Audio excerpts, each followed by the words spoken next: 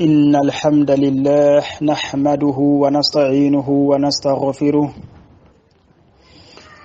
ونعوذ بالله من شرور أنفسنا وسيئات أعمالنا من يهده الله فلا مضل له ومن يضلل فلا هادي له وأشهد أن لا إله إلا الله وحده لا شريك له وأشهد أن محمدا عبده ورسوله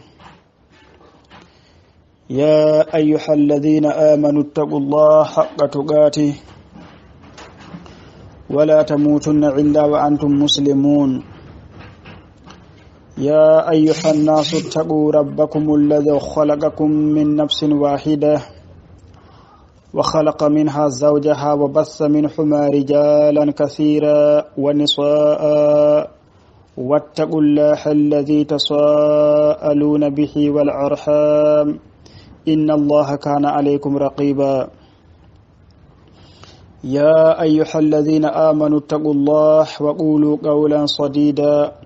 يصلح لكم أعمالكم ويغفر لكم ذنوبكم ومن يطع الله ورسوله فقد فاز فوزا عظيما أما بعد فإن أصدق الحديث كلام الله وخير الحديث حدي محمد صلى الله عليه وآله وسلم وشر الأمور محدثاتها وكل محدثة بدعة وكل بدعة ضلالة وكل ضلالة في النار والعياذ بالله من النار ثم أما بعد السلام عليكم ورحمة الله وبركاته المجموعة ددال جنگ الدين ما وأحييكم بتحية المبارك تحية أهل الجنة ألا وهي السلام عليكم ورحمة الله وبركاته إن شاء الله درسنا الأسبوعي من هذا الكتاب عفوا المسمى الوجيز في عقيدة السلف الصالح. درسنا اليوم يدور حول كيف يتميزون أهل السنة والجماعة عن غيرهم إن شاء الله. يعني على كل حال إذا أردت أن تتميز بين أهل السنة والجماعة وتعرفهم بهذه الصفات إن شاء الله وتتميزهم بهذه الصفات إن شاء الله وهذه الخصائص إن شاء الله. هذا هو درسنا اليوم إن شاء الله. الحمد لله جعفرون دي تقال يتدي الله يجول دين العالم صلى الله عليه وآله وسلم دنتال من دول الجنگ دين ما تقال سلمين دفوف اجوراد إن شاء الله. ko arde darsu men usbu'i kala yontere aljuma bo badeten e dudal jangu diine ma dedo deftere alwajiz ta ko salafu salih. hande darsu men o woni ko do fuddata wonde holno juuldo paltortoda ahlus sunnati wal jamaa على غيرهم. مثلا هل نبالتورتو دا أهل السنة والجماعة إبه ونا مبه نجيرا بديدو صفات وأهل السنة والجماعة ستويكو أهل السنة والجماعة عندي يمبه فوف هنده جلب بيباب دانا كايبه نديتو غوتو فوويكو كامبه غوني أهل السنة والجماعة. جوني هنده كوي أودو درسو من paameten siforiiɓe niino o haalirta ni ɗiɗo sifaaji so tawi ko a jom haqqille tigi sa heɗima ɗum pamɗa laara kadi noddoɓe he aduna o julɓe noddoɓe ɓe haaloɓe ɓe ma a andu he sifaji kaaleteɗi ɗo ɗi koye ɗi paltortoɗa ganda ko ɓe goni ahlu sunna wal jama'a ɓe wona maɓɓe wona ɓe ahlu sunna wal jama'a yatamayyazuna an ghayrihim min alfiraq بصفات وخصائص وميزات كم بأهل السنة والجماعة أهل السنة والجماعة إبه بالتوري إغاكو ونا مأبه إبل كديدة دنغاندو دا إبه جيبي لاول نقول النبي صحابة بممغنو حنكي بل جيبي دنغول دول لاول به ada andira ahlus sunnati wal jamaa paltora dum e ga den don pelle be sifatin e sifaji wa khasa'isa e gede kiride wa mayyizatin e gede da ada faltoro gede paltortede minha ina jahe den don gede innahum kambe ahlus sunnati wal jamaa ahlul wasat wal i'tidal بين الأفراط والتفريط وبين الغلو والجفاء سواء كان في باب الأقاعد أو الأحكام أو السلوك فهم دائما وسط بين فرق الأمة كم بأهل السنة والجماعة كم بغني أهل الوسط يمبي حكنديبه ونبي حكونde وسط ونبي حكونde والاعتدال كم بيمودي بفتنديربه بين الافراط حكونde افراط وني فرتناد فانتناد والتفريط وني جافدون ابل معنى حكونde افراط فرتناد الثاني ديملغل اي تعظيمهم لنصوص الكتاب والسنه واقتصارهم في التلقي عليهما والاهتمام بهما دمل ko hada faltoro ahlus sunnati wal jamaa an ghayrihim ta'zimuhum mawnin debe linususil kitab wa sunnah nasuji alqur'ana e nasuji hadiseje cellude tawata kambe be dum mawnini alqur'an so Allah haali be kebata don e be biya ɗum dal aya o ko ni aya o ko ga dal aya o dal Allah haali ɗum kono dal eɓe pamɗina ala a tawata eɓe aya o emo ɓe mbaɗa aya o ɓe pirlitirambo no ganduɗa sahaba ɓe mbaɗatano mbo noon mana ɓe mawninat aya alqur'an ɓe mawninat sunna hadis so ari ɓe mawnina ɗum te ƴeewen tan mbaɗen hakkude men he Allah miijoreɗen Allah yow laaren hol mawninɓe he holɓe ganduɗa kamɓe eɓe mawnini jaggude alqur'ana e sunna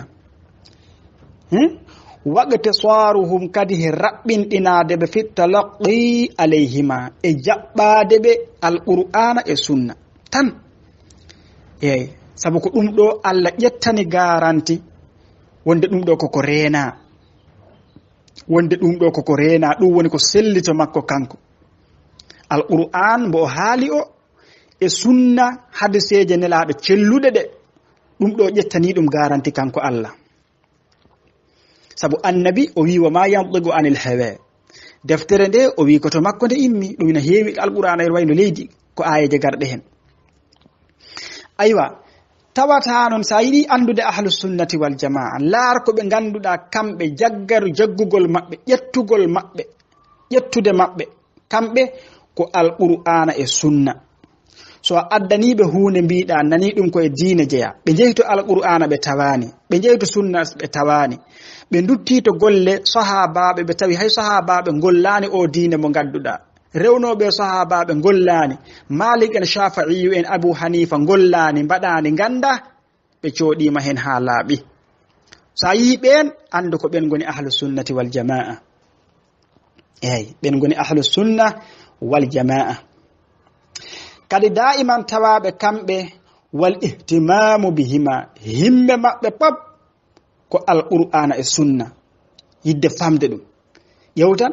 hande ananta ɓe mbiye hadis on ɓe jangata ɗo ɓe ko hadis tan jangata hadis on jangata ɓe ko hadis tan ayide te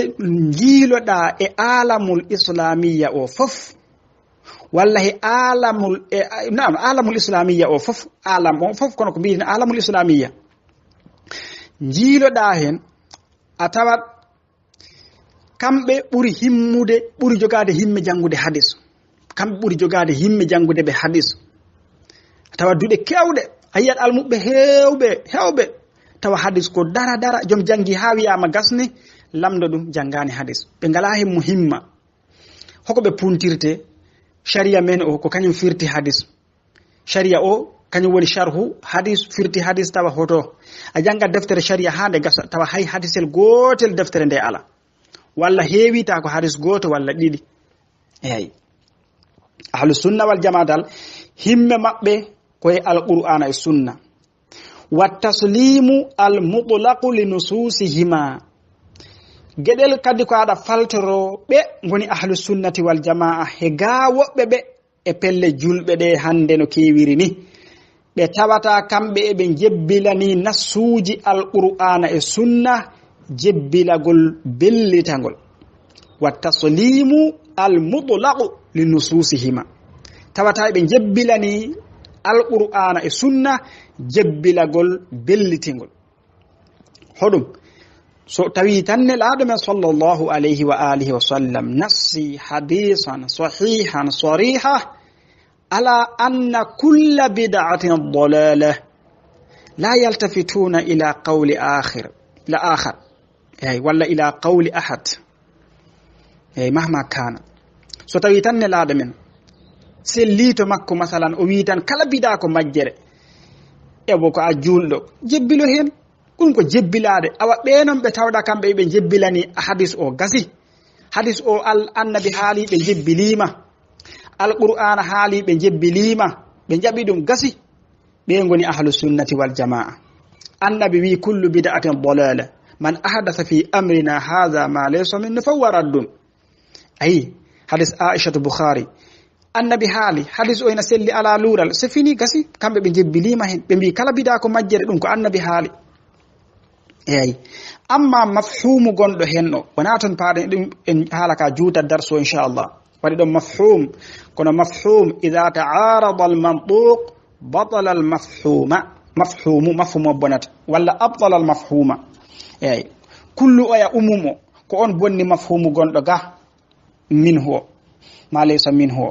eyi ɗon ko jumlatul mutarida e darso e tan jeyaka hen kamɓe tawata dal ala kulli haalin kamɓe eyi mbiɗen ko kamɓe ahlus sunnati wal jamaa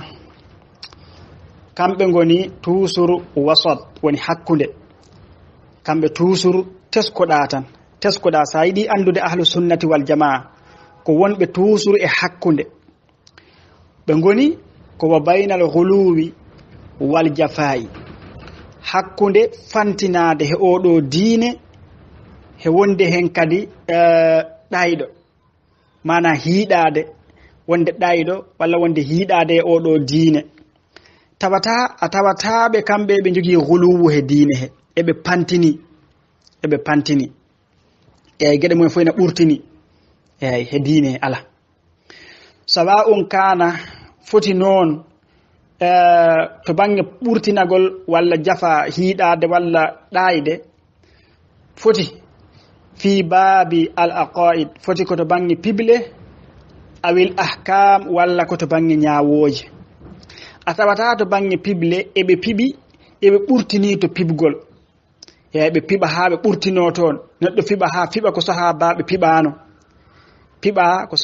piɓano par ce que a yehi piɓa ha piɓa wonde piɓa annabi ma goma ɗum ha piɓa wonde annabi ina yiye funnage e hirnage e jeeri e waalo ɗo aduna ina yaha ina immo gila toon to madina ara yiilo he fof piɓa ɗum aɗa andi nden ɗon pible ko ɗum ko ɗo yawti wiyede huluwu to bange ñawoje diine kadi toujours a tawata ɓe hen pantini eyyi to bange suluk nehade e tawhid nehade e sunna wadde suluk faade to Allah subhanahu wa ta'ala nehede yimɓe diine l'islam e sunna annabi kadi a tawata eɓe hen pantini da'iman fahum kamɓe wasadun koɓe hakindiɓe ɓe wonɓe hakkunde bayna firaqil ummati hakkunde pelle leñol annabingol hakkunde pelle leñol annabingol eɗen gandi leñol ngol annabi no wiini maangol feccoyo pecce 70 o wi kanje fof kote jayge so wona feccere wotere ay ɗeɗo pecce sa yiɗi andude feccere daɗoyore nde e feccere daɗoyore nde woni wonde ahlu sunnati wal jamaa sa yiɗi nden andude lar toujours nden tawata ende hakkindi e hakkunde ɗeɗo pelle a tawata eɓe piya koye maɓɓe eɓe gaña koye maɓɓe eɓe mbarto eɓe mbaɗi huluwu fantinade a yiyata ɗum e maɓɓe eyi kama annal ummata hono ngol ɗo leñol annabi ngol woniri wasadun ko ngol kakindigol baynal milali hakkunde ɗum woni millaji ɗi woni hakkunde diineji ɗi hakkunde leƴƴi ɗi pop ko kangol woni wasad ɗum ko Allah haali ɗum to alqur'anil karim ɗum woni premiére awalan maande nde aɗa faltoro ahalus asalis woni tataɓel ko ina faltore ahlu sunnati wal jamaa e ga woɓɓe ɓe wona kamɓe sa yiɗi andude hol wonɓe ahlu sunnati wal jamaa musidɗo julɗo ay ahlu sunnati wal jamaa lar ko ɓe ganduɗa laysa lahum imamun mu'azzamun ya'khuzuna kalamahu kullahu wa yad'una ma khalafahu illa rasulallahi sallallahu alayhi wa sallam وهو أعلم الناس بأحواله وأقواله وأفعاله لذلك فهم أشد الناس حبا للسنة والله سيدي أندو دي مسيد جولد من هم أهل السنة والجماعة بلا ريب ولا شك ko ɓe ganduɗa kamɓe laysa lahum alanaɓe imamun almami mu'azzamun mawninaɗo ɓe ngala gardiɗo ɓe ngala ceernajo mawninaɗo mo ganduɗa ya'khuzuna e ɓe jagga kalamahu haala makko kullahu kanka fof ɓe jaggaka wa yad'una ɓe gaccama khalafahu kala ko lundi haala makko illa so wona rasulullahi sallallahu alayhi wa sallam ay illa so wona rasulullahi sallallahu alayhi wa sallam ay so wona nelaɗo ɓen ahlu sunnati wal jamaa ɓe ngala ceernajo gardiɗo mo ɓe mawnini ɓe mbi dendagal haala makko ko ɓe jaggoɓe haala makko fof ɓe jaggat kala ko luundi haala makko fof ɓe goppat on ala so wona nelaɗo sallallahu alayhi wa sallam wallahi ceerno so en nunɗi so en nunɗi tan hande o darsuɗo ma laaɓan kala julɗo man hum ahlu sunnati wal jamaa jagga hen gona hen nguura hen maya hen jaha aljanna janggo aywa joni hande si en laari holkamɓe ɓe ngala fab gardiɗo ceernajo mboɓe mawnini mboɓe noddata yimɓe ɓe jaggen o ko addi ko so wona nelaɗo men sallallahu alayhi wa sallam ɓe mbiyitama jaggu ibnu taymiya ko addi ɓe mbiyitama jaggu muhammadu ibnu abdul wahhab ko addi ɓe mbiyitama jaggu ko uthaymin addi ɓe mbiyitama jaggu ko albani addi ɓe mbiyitama jaggu ko no wiyete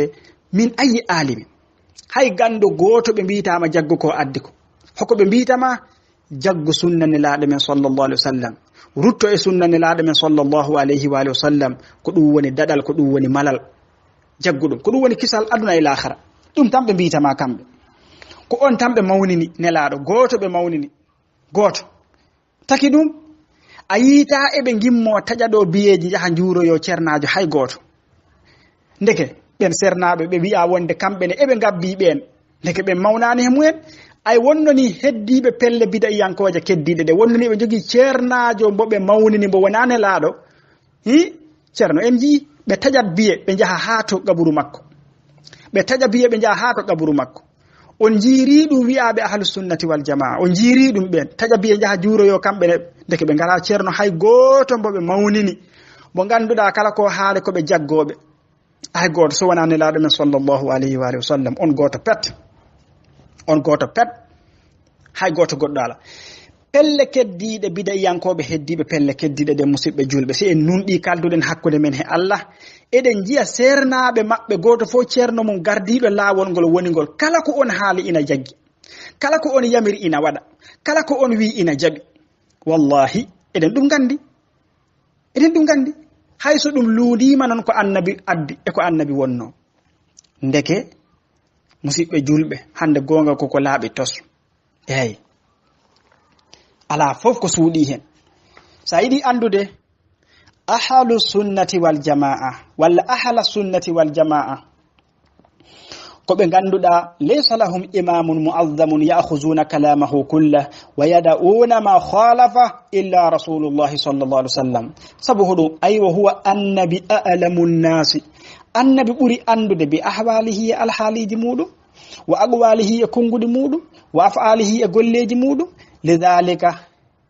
wa hum biyannoɓe jafoɗon wa hum kamɓe ahlu sunnati wal jamaa jafoɗon ko hum wonno wa hum kamɓe ahlu sunnati wal jamaa hum ahlu sunnati wal jamaa kamɓe a'lamun nas kamɓe ɓuri andude yimɓe ɓe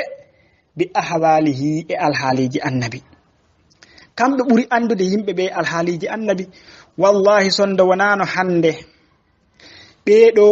anduɓe ahlu sunna wal jamaa ko ɓe gaddi ko ina yirbina yoga e laabi ko ngoni so wonano ɗum hande kala julɗo ko ɓuri hewde ko e men jinnoɗo andude hadis beele ina selli sellani jinnoɗo andude sharhu hadis o holko maana makko wallahi duttotonoɗa koye defte ahlu sunnati wal jamaa wallahi duttotonoɗa koye defte ahlu sunnati wal jamaa koye maɓɓe duttotonoɗa laara gila e beele ina selli sellani laara kadi ha joni e ɗimmel ngel tan ojo o junno mbiɗen caggal kamɓe ahlu sunnati wal jamaa ɓe paltore e ga ko wona maɓɓe e jebbilagol bellitagol wonande alqur'ana e sunna kadi wa fahamihima ala muqtada manhaji salafi salih wa tariqatihima kamɓe ahlu sunnati wal jamaa sa yiɗi ɓe andu holi kamɓe ko ɓe tawata kamɓe eɓe paamiri alqur'ana o hono ɗaɓɓitiri laawol anduɓe yawtunoɓe moƴƴuɓe ɓeeni eyi he laawol alqur'ana e sunna fa masalan laar sa yiɗi andude hol wonɓe ahlu sunnati wal jamaa musidɗo juulɗo wallahi ina weeɓi sa yiɗi ɗum faam larɓe ganduɗa kamɓe o alqur'ana e o hadis celluɗo ɓe paamiri ɗum ɓe pirirta ɗum ɓe paamiri ɗum ko hono moƴƴuɓe yawtuɓe adinoɓe ɓe paamirno alqur'ana e sunna ni mi addana en hon misal wadih se duttima to sahabaɓe i hewɓe tab ina kaali wonde bida fof ko ɗum majjere bida fof ko majjere gila abdallahi ibnu umar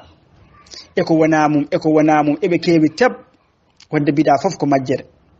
ay joni kamɓe ɓe paami he annabi ko wino kullu bidatin dalala ɓe paami umum o ɗon ɓe paami fof ko majjere bida fof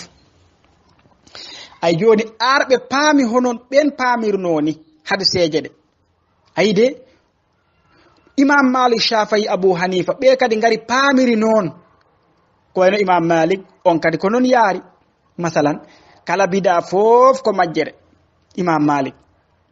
o wi kala ko wonano diine hanki wonata diine hande imam malik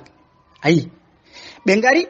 a tawata ƴew a nanta bida imam malik a nanta bida imamu shafayi ɓe ngari ɓe paamiri alqur'ana e sunna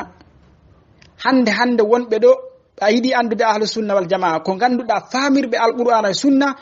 no ɓeɗo malik en shafayi abou hanifa en paamirno ni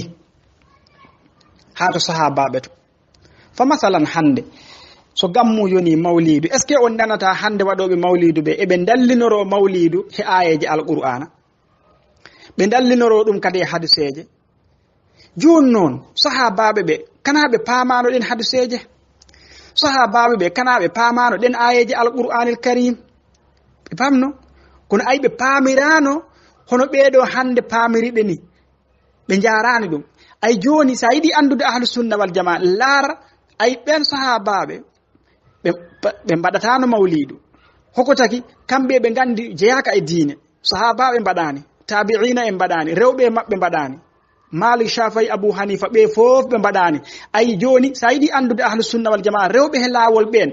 lar hande ɓe ganduɗa ɓenne ko noon pamiri alqur'ana o ɓenne pamiri alqur'ana kono sahabaɓe e rewnoɓe ɓen pamiri ni wonde ala to alqur'ana ko ina dallinore e mawlidu ala to hadis ne laaɗo Allah sallallahu alaihi wasallam ko ina dallinore e mawlidu sabu masalan so neɗɗo addi hadis wi to Bukhari winda hadis adda mbo e deftere makko ha parate waɗatano mawlidu kanko Bukhari yu Muslim waɗatano mawlidu joni ay ndeke an a luundima fahamu Bukhari yu e Muslim an biiɗo hande aɗa dallinoro on hadis a luundima fahamu sahabaɓe fof sabu kamɓe ɓe pamirano mbo noon kamɓe ɓe jarano noon hadis o te ko kamɓe gaddi mbo ndeke sa yiɗi andude hande ahlus sunnati wal jamaa lar famirɓe alqur'ana e sunna no sahabaɓe Malik Shafi'i Abu Hanifa Imam Ahmad ɓeɗo no ɓe pamirnombo ni lar ko ɓe mbaɗatano ko mbasa ɗum wadde sa on woni ahlus sunnati wal jamaa sabu ɓen ko mbaɗatano ko eno ɓe mbaɗirtano ni hande ɓe mbaɗata ɗum ɓe mbaɗirta noon ɓen gabbi pele ɓeeɗo adinoɓe ɗum koko laaɓi tos eyyi fa masalan kamɓe ahlus sunnati wal jamaa eɓe paltore eɓe wona maɓɓe ɓe wa fahami hima ay e famde alqur'ana e sunna tawa e pamiri mbo ala muqtada manhaja salafi salih wa tariqatihima hono ɗaɓɓitiri laawol yawtunoɓe moƴƴuɓe ɓe no ɓe paamiri ni no ɓe paamirno alqur'ana e sunna hande kala arɓe paamiri mbo noon tan ɓen pamno hanki sahabaɓe e rewɓe maɓɓe mbimi ɓe paamirno hanki ala to alqur'ana dalil mbo ina tindina mo eyyi ala kulli halin no mbiɗen ni he ha joni e tataɓel ngel eyyi ɗo tan seeɗa paamon no mbiruɗen ni mbiɗen ɗo wa huwa ɗon ko hadaw sabqul lisan wa hum wiiten wa hum a'lamu nnasu bi ahwali wa hum ahlu sunnati wal jamaa a'lamu nnasu ɓuri andude yimɓe ɓe fof bi ahwalihi e alhaaliji nelaɗo sabu hoɗum gurdam maɓɓe fof ɓe gasni ɗam ko hadis jangude hadis wittude hadis laɓɓinde hadis sellinde fof woni gurdam maɓɓe sharhinde hadis so en laari ɓeɗo fof gila to Malik Shafi'i Abu Hanifa ɓe gonɓe hay goto suusa jeddi ngala ɓe ko ahlu sunnati wal jamaa Bukhari yu Muslim en fof ko ahlu sunnati wal jamaa joni laaraɓen fof no gonirno a heɓata hay goto biyoma koye o wirdu ɓe gonno koye ngol laawol ɓe gonno wallahi hay gotol ɓe gonano ɓe gonno tan ko ahlu sunna wal jamaa alqur'ana e sunna gasi wona e wirduji annabi ina jogino wirduji mum sabahan wa masaa kono ɗin hewɓe julɓe gandadi sabu gaddanama goɗɗi ɗiɗa ñifi to maɓɓe aywa kamɓe fu woni gurdam mumen ha dar tan ko wayno Usaymin joni Usaymin en ɓe Usaymin e waɗi sharhu riyadu salihin sharhu ina heewi e mbaɗum limtidde sa kono dal ina waɗi sharhu sahihul bukhari anduɓe ahlu sunna wal jamaa pop danaka ɓuuri hewde maɓɓe ɓeɗo hande ɓeɓe gaybinirta wahabiyankoɓe ɓe fof gurdam mumen ko jangguinde hadiseje nelaɗo gurdam nelaɗo pop ɓe ɓuuri ɗum andu sabu ɓe ko ɗum wonno gurdam mumen himɓe mumen fof ko ɗum ɗo ko ɗum tagi ɓe mbaɗi hen sharhuji mbayno leydi ɓe jaltini gandal ɗum waɗi hande nde feeñi tan ɓe jaltinani yimɓe ko carhinani yimɓe hadiseje ɗe ɓe peññini ɓe laɓɓini ñooko hewɗo o he oɗo diine mbalis kewɗo hanti yaltina anda ɗum ɗo ndeke jeyaka hen ala kulli haalin kono so en laari hande pelle kewɗe ɗe ɓe gona ahlu sunna wal jamaa lar ardiɓe maɓɓe ɓe hay deftere hadis wotere ɓe sharhinani ɓe kalani haala mumen himɓe mumen pop ko wirdu ko ɗum ɗo sa waɗi ɗum ɗo tan an kay ko aljanna sa memi ɗum tan ko aljanna sa yi kam tan ko aljanna sa laari kam tan ko aljanna sa humtani kam haaju aljanna ɗum tan wonno golle ɗe ko ni tan e yimɓe ɓe noon yidde mumen fof ko aljanna yimɓe julɗo yidde ma ko aljanna sa wiyama sa laari kam ko aljanna sa jaggi ko gaddumi ko han ko aljanna an he ɓiɗɗo ma e tana ma e debbo ma e nangam e sira e ma ceerno a jogan jagga hen ko ɗum de wonno ɗum woni affaire ala kulli haali amma to bange hadiseje on wiite e tafsiruji alqur'anil karim hertori ɗum ko ahlu sunnati wal jamaa sabu hoɗum ɗum wonno himme maɓɓe kamɓe ɓuri andude yimɓe ɓe alhaaliji annabi wa aqwalihi e konguɗi annabi wa af'alihi e golleji annabi ay lidhalika ko sabu ɗum ɗon fahum ashaddu nnasi hubban lissunnati wallahi ɓeɗo ahlu sunna wal jamaa ko ɗum tagi ko kamɓe ɓuri yidde yimɓe ɓe fof kamɓe ɓuri yidde yimɓe ɓe pap sunna annabi wallahi ko gonga sabu hoɗum wallahi hande ɓe ahlu sunna wal jamaa ɓe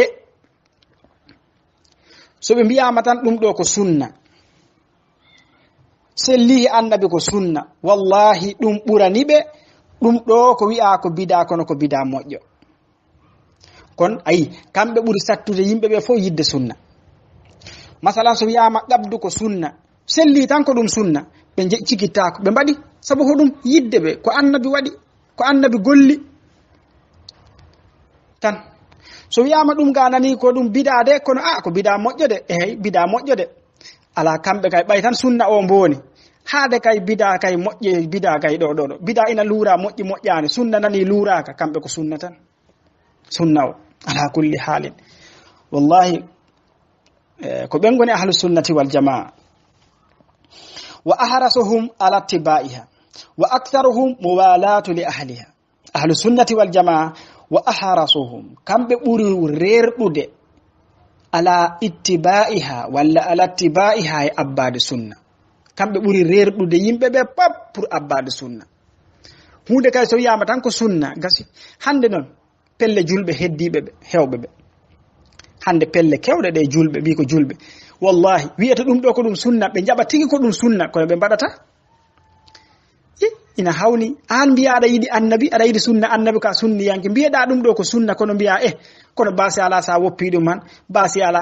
wona ko ganduɗa sa waɗani an ina harmi walla wona sa itti an ina harmi a yii te pourtant tawa ga ceerno ma ko addi ko ceerno ma addi ga e ko sharɗi ga ɗum toon kay a sikittako ɗum toon kay ala toon hay hunde wiidema sa waɗi han moƴƴi walla moƴƴani walla naggam toon kay koko jaggete jaɓete tan amma sunna annabi o ga masalan sa wiyama waare ko sunna mbiya ko wona fembude harmani ayi sa wiyama qabdu ko sunna mbiya kono wona yurtinde julde bonnata yurtinde juuɗe bonnata julde ayi sa ruttima to gueɗe ceerno ma to ko addi ko bida mbo addi o ton kay sikittako ton kala ko mbiyeɗa ina moƴƴi basi ala ton pay hay hunde ala ton ko woppete eyyi amma ahlu sunnati wal jamaa so tawi tan selli ɗum ɗo ko sunna ɓe ngala hen sikki sakka so selli tan ɓe jaggi kamɓe ɓuri rerɗude yimɓe ɓe he abbade sunna kadi wa aktharuhum kamɓe ɓuri hewde mo walatul li ahliya sehodirde he ahlu sunnati wal jamaa kamɓe ɓuri hewde yimɓe ɓe pap yidde sehodirde moƴƴodirde jokkodirde e ahlu sunnati wal jamaa tawataɓe daiman alamul islamiya o fof laar kamɓe fof koɓe gootum kamɓe fof koɓe gootum kamɓe fof te kadi kamɓe fof eɓe jokkodiri eyyi sabu ko noon julɓe fof ko musidɓe julɓe fof poti wonde ko gootum julɓe fof caggal tataɓel ngel rewi hen ko nayaɓel ngel e maaɗe ɗe ahlu sunnati wal jamaa ina paltore e ga pelle keddiɗe goɗɗe ɗe eyyi ina jeeya hen tarkuhum al khusumati fi ddini wal mujanabatu li ahliha wa tarku al jidari wal mira'i fi masa'il al halal wal haram wa dukhuluhum fi ddini kulli ina jeeya e ko aɗa faltoro ko ɓe goni ahlu sunnati wal jamaa e ga ko wona maɓɓe tarkuhum kamɓe accude ɓe al khusumati dugdede fi diine oɗo diine khusuma woni dugdede diine o ko duko tan duko ngo oɗo non dugo dugdede ko ganduɗa ko sonkidde jeddi addata dalil o to ne addata dalil ko sonko tan goto fof haala ko wela ɗum ɗo ahlu sunna wal jamaa jeyaka hen eyyi ɗum ɗo kamɓe ɓe ɗum wona jikkuji mabɓe eyyi ɗum ɓe jeyaka hen ahlu sunna wal jamaa ɓe kaala so on jewtidat ko dalil kala gadda dalil mi haala mi adda dalil ɗum ɗon basi ala hen ɗum woni mujadala eyyi ɗum ɗon basi ala hen addude dalil kono husuma tan woni dugdude tan e diine ina duga sonka jangi jangani fof ina haala duko tan ala kamɓe ɓe ngala hen wa mujanabatu ahliha e woɗitade kadi yimɓe yaaruɓe ɗum yimɓe ɓe ganduɗa ko dugdude tan e diine he goniri duko tan sonko duko alda e dalil alda haldude aya alqur'an hadis dalil ala ko dugdude tan ɓe jangani tan gona ina coowa ina conka ala kamɓe ɓe goɗɗito ɗon ɓe goddetake ɓe jillodirta e ɓen ɗon yimɓe kadi kamɓe wa tarkoye accude ɓe aljidali walmirai fi masaili alhalali walharam ay to bange kamɓe accude ɓe to bange jidal waddede mujadala e walmirai e yeddodirede fi masaili e masalaji alhalali walharami to bange ɗum ɗo ina dagi ala ɗum ɗo ina harmi toon ɓe mbaddetake toon mujadala yayi toon sabu harminta ko Allah dagnata ko Allah harminta ko Allah dagnata ko Allah eyyi wa dukhuluhum en naatde ɓe fi diini kullihi e diine o pap fadkhulu fi silmi kaffa ko ni Allah wi ahlu sunna wal jamaa woni hum mana kamɓe naatde ɓe e diine o fof ɗum ɗo so wiyama diine tan so wiyama hati on cikku noon so wiyama diine tan nden ko kala ko Samba e Demba addi tan wi ko diine ɗum woni diine ala diine koko Allah wi inna diina inda Allahi l-islam koko Allah wi ko woni diine ko ɗum ko annabi adduno ko ɗum woni diine ko annabi accirnoɗo sahabaɓe ko ɗum woni diine ko sahabaɓe gaddani en ko ɗum woni diine ko sahabaɓe e rewɓe e maɓɓe ko ɓe gonno ko ɗum woni diine e yo kamɓe noon ɗum ɓe goni ɓe naati e kañum fof ɓe jaɓi ɗum dendagal ko annabi e sahabaɓe mum e rewɓe e maɓɓe ko gonno ɗum fof ɓe jaɓi ɗum ɓe kutori ɗum ɓe dewri ɗum Allah amma ko aroy caggal ɗum ñoho garoyɗo ɓe mbi ɓe jaafima ɗum ɗon ɓe mbi ɓe jaafima ala kulli haalin hewɓe noon cikki noon so wiyama tan diine joni somi waɗi ɗo basuji am tan noddumi yimɓe ngare mi fuɗɗa ɗo hunde mi wiya ɗum kadi koye diine tan gasi ala ko diine ala diine wona noon diine koko Allah koko annabi adduno annabi addani en diine nde o addi diine o yaltane aduna so wona diine timmi annabi yaltane aduna so wona diine timmi o accide sahabaɓe o wi laqad taraktukum fi mahajjati albayda leyluha ka nahariha la yazighu anha ba'di illa halik o wi mi acci on e laawol labtugol tos kanko ne laaɗo men sallllahu alayhi wa sallam labtugol tos jamma maggol e ñalowma maggol fof foti e lekkongol jalbi leeri koye ngol annabi accuno sahabaɓe o wi ngol noon oñotako e ga ngol gaccumi on ɗo caggal am oñotako e ngol woppagol so wona kalkotoɗo hande no foti julɓe si en laari jippiɓe heko sahabaɓe gonno hanki eno ɓe dewranno Allah e ko rewno ala kulli haali ina heewi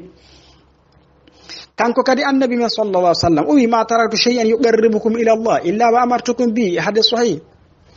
mi accani hay hunde ɓadinore on Allah so wona mi yamiri on ɗum annabi hay hunde ɓadinore to Allah o accanani julɓeɓe o accanani ɗum julɓeɓe so wona o haali ɗum ko adinde o yaltude aduna kala ko julɗo waɗata ɓadoro ɗum Allah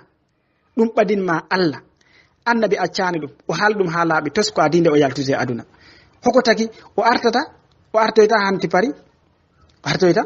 so tawi kanko accanani en hay hunde ɓadinore en Allah so wona o haalide ko adinde o yaltude aduna hol fa'ida annabi artoyde duuɓi ujunere e nangam arta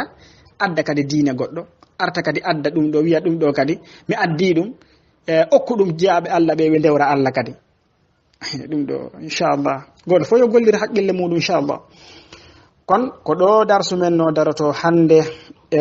deftere meɗen alwajiz fi aqidati salafi salih inchallah puɗɗitoyto ɗen ko